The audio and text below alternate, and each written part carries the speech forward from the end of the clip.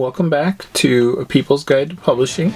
I'm Joe Beal, the founder and CEO of Microcosm Publishing and Distribution. I'm also the author of A People's Guide to Publishing, which distills what I've learned from selling millions of books over the past 25 years. I'm Ellie Blue. I'm the editorial and marketing director here at Microcosm. We are an independent mid-list publisher based in Portland, Oregon, and Cleveland, Ohio. We have over 700 books, over 25 employees, and we make about 40 new books every year. And we distribute thousands of titles from other publishers. We started this podcast so that we can share what we've learned with newer publishers so that you can learn from our mistakes. Or maybe you just want to understand the publishing industry. This week, we are going to answer a commonly posed question in publishing. Why have I never heard of this publisher? Which publisher? And so, you see this all the time where, a very large publisher can be confused with a very small publisher or vice versa, or, especially because so many publishers' marketing language is designed to make them seem larger or smaller than they are. A lot of them also have, really identical logos. And or mission statements or about us pages. I mean, you could usually more, reputation is not the kind of thing where you get from being dynamically different in how you describe yourself. It's more about being dynamically different in how you conduct yourself. And more importantly, most of any marketing in publishing is not done to the public. It's done to the publishing industry, which is mostly the book selling industry. And that's why. So there was a really amusing article a few years ago where Microcosm was compared to Tor, which is, a publisher that's 1,000 times our size, and in no way comparable to us. But, we were considered to be two successful models for publishing. And I was successful maybe, but not on the same level. Yeah. And it's for very different reasons. They have they began with much greater resources, which I do not say out of jealousy, but only out of those. Just that's an important distinction of when you are part of a multi-billion-dollar company, your success is kind of guaranteed. It's the best way to earn a few million more. So can we dial it back to when we first started hearing this question about ourselves? I guess that's probably always been true.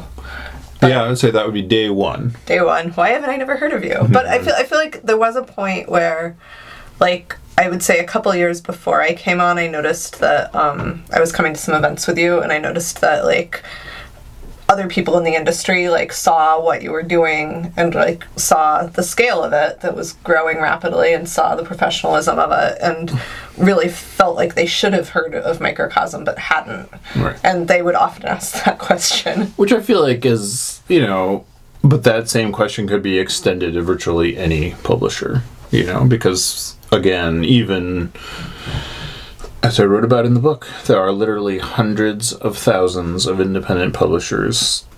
And that's why you haven't heard of all of them. Yeah. But I feel like there are actually quite a few people out there like us who are relatively very successful for being a small independent publisher. But it would actually be very hard to hear about them. Or to even tell the difference from an unsuccessful one. Right. Or from a hobby or, Yeah. And that's part of it too, is that it's very crowded. Marketing tends to focus on the industry. But yeah, and despite that, we still, I had a meeting a few weeks ago with somebody that was I worked as an agent for years and I've never heard of you before, but I love what you do, and that's more or less how that conversation goes. Reporters also say that, bookstores say that. I feel like it's good to hear that, though, because that's a sign. Because no one's saying that unless they have now heard of us. They're discovering us, and it's a sign that we're still growing and we still have something to offer. Once you become, I feel like, a household name, at least, or an industry name.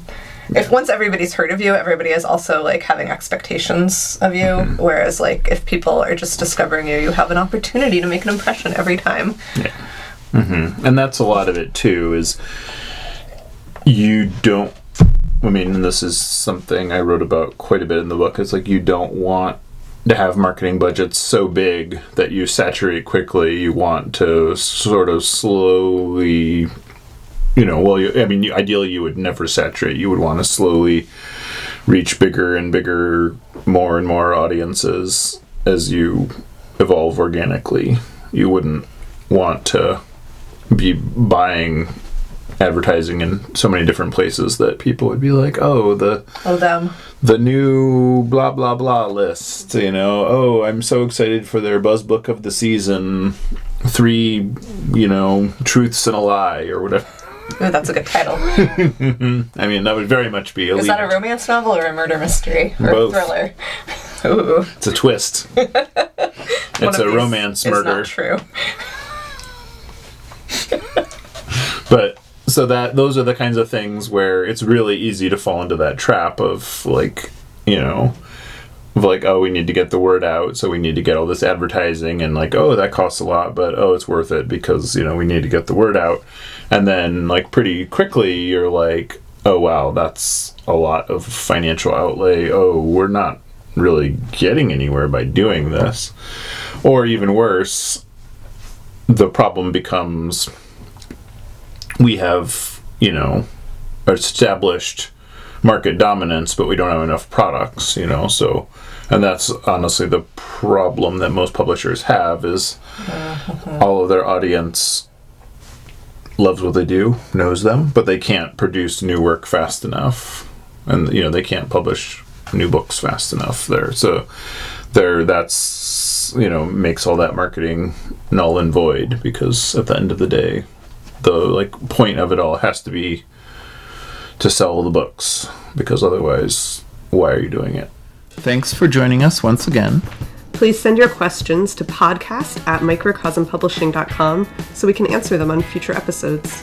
And please give us 5 stars on iTunes and everywhere else that podcasts are reviewed. You can find us on the internet at microcosm.pub. On Twitter at Microcosm.